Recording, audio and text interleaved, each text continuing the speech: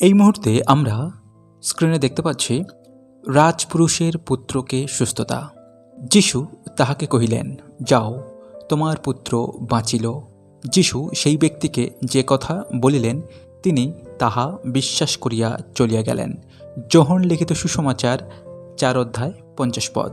ভূমিকা: রাজপুরুষের একটি ছেলে সন্তান ছিল, আর সেই ছেলেটি দেখতে ভীষণ সুন্দর ছিল।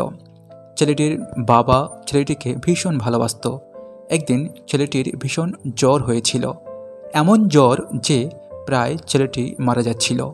তখন ছেলেটির বাবা প্রভু যিশুর কাছে এসেছিল। এসে প্রভু যিশুকে বলেছিলেন, ছেলেটি মারা যাওয়ার আগে আমাদের বাড়িতে আসুন এবং ছেলেটিকে মারা যাওয়ার আগে ছেলেটিকে দয়া করে বাঁচান প্রভু। প্রভু যিশু সেই ব্যক্তিটিকে বলেছিলেন, তুমি চলে যাও, তোমার ছেলে সুস্থ হয়ে গেছে। প্রভু যিশু যে মুহূর্তে এই কথা বলেছিলেন সেই মুহূর্তে ছেলেটি সুস্থ হয়ে গেল।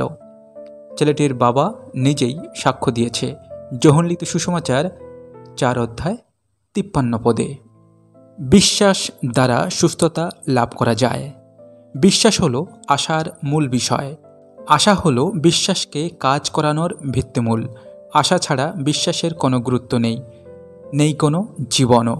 পবিত্র বাইবেল আমাদের বলেছে যে এই 3টে বিষয় খুব গুরুত্বপূর্ণ: বিশ্বাস, প্রত্যাশা এবং প্রেম। 1 করিন্থীয় 13 অধ্যায় 13 পদ। এখানে লোকটির বিশ্বাস ছিল, সাথে আশা ছিল প্রভু তার সন্তানকে সুস্থতা দেবে, আর প্রভু যিশুর ছিল গভীর প্রেম অসহায় মানুষের প্রতি। সেজন্য বাইবেল বলেছে, তোমাদের বিশ্বাস সরিষা দানার মতো হওয়া দরকার। আশা করা যায় লোকটির বিশ্বাস সেই রকম ছিল। লোকটির বিশ্বাসের মধ্য থেকে তার অসুস্থ সন্তান সুস্থতা পেল, আর এটাই ছিল প্রভু যিশুর দ্বিতীয় অলৌকিক কাজ। আর আগেই প্রভু যিশু জলকে দ্রাক্ষারসে পরিণত করেছিল, সেটা ছিল প্রথম অলৌকিক কাজ, মন্দ আত্মা ছাড়ানো। পরে প্রভু যিশু আবার গালিলের কান্না নগরে গিয়েছিলেন, আর সেই রাজপুরুষের ছেলেটি কফরনাহুমে জ্বরে অসুস্থ ছিল। আর গালিলের কান্না নগর থেকে কফরনাহুমের দূরত্ব ছিল 20 মাইল। পরে যিশুর শিষ্যরা কফরনাহুমে প্রবেশ করলেন, আর সেখানে একজনকে মন্দ আত্মা ধরেছিল। সে চিৎকার করে বলছিল, হে নাসরীয় যিশু, আপনার সঙ্গে আমাদের সম্পর্ক কি? আপনি কি আমাদেরকে বিনাশ করতে এসেছেন? আমি জানি আপনি কে, ঈশ্বরের সেই পবিত্র ব্যক্তি। যিশু তাকে ধমক দিলেন, চুপ করো, এখান থেকে বের হয়ে চলে যা। এই মুহূর্তে মন্দ আত্মা ভয় পেয়ে পালিয়ে গেল তাকে ছেড়ে। সুতরাং মন্দ আত্মা যিশুকে ভয় পায়।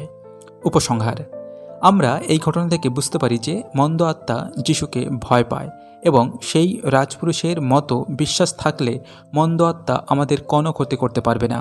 আমাদের জীবনে যতই অসুস্থতা আসুক, প্রভু যিশুর প্রতি বিশ্বাস থাকলে সমস্ত অসুস্থতা দূরে পালিয়ে যাবে। এই সময় আপনি অনেক অসুস্থতা, অনেক সমস্যার মধ্য দিয়ে যাচ্ছেন। প্রভু যিশুর প্রতি বিশ্বাস রাখুন। প্রভু যিশু আপনার জীবনে সমস্ত সমস্যার সমাধান করে দেবেন। আমরা কি সেই রাজপুরুষের মতো যিশুর উপরে বিশ্বাস রাখতে পারি? এই প্রশ্নসূচক চিহ্ন রেখে আজকে প্রচারটি এখানে সমাপ্ত করলাম। ভালো থাকবেন সকলে। ধন্যবাদ।